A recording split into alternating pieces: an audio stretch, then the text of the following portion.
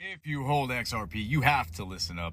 This is muy importante. So I do believe that we have gone through our bear market. Now we're actually going to get a little bit weird in this video. I'm not going to talk so much about technical analysis as much as I am numerology and astrology, which I'm by no means an expert in either of those.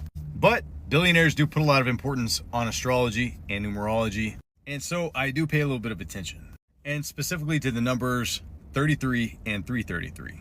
Partially because they are tied into my life in ways that you wouldn't believe.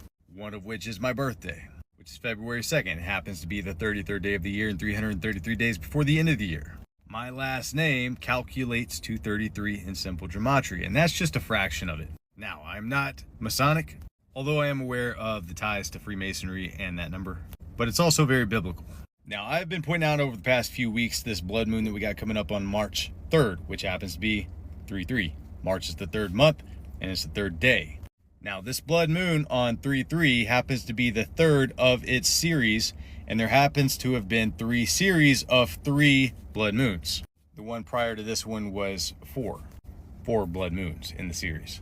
But including the series prior to what you can see here, and this one, each series of blood moons, the third one, or the final blood moon on each series, marked the end of the bear market.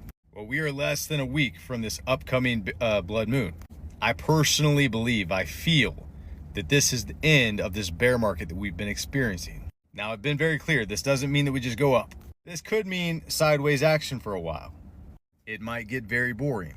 However, we should be done with all this crazy volatility to the downside. All these dramatic liquidation events, all this negative pressure.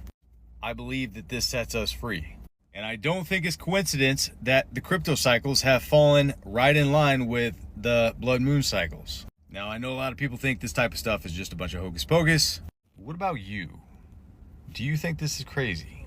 And what do you think happens next? Because by the way, we don't have another blood moon cycle or series until late 2028, almost 2029. And there's only going to be 2 in that series. So you can call me crazy all you want to, but I think this period of time, which has really been the majority of crypto's advancement and development, I think this area right here, these past few years, I think this has been planned for a very, very long time.